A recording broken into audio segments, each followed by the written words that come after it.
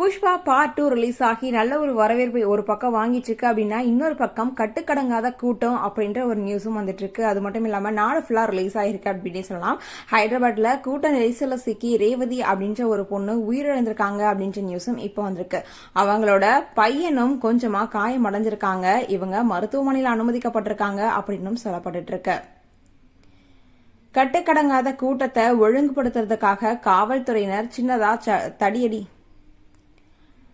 கட்டுக்கடங்காத கூட்டத்தை ஒழுங்குபடுத்துறதுக்காக காவல்துறையினர் தடியடி கூட நடத்தினாங்க அப்படின்ற மாதிரியும் சொல்லப்பட்டு இருக்கு. இப்போ இந்த பொண்ணு உயிரிழந்த இந்த ஒரு வீடியோ சோசியல் மீடியால ரொம்பவே வைரல் ஆயிட்டு இருக்கு.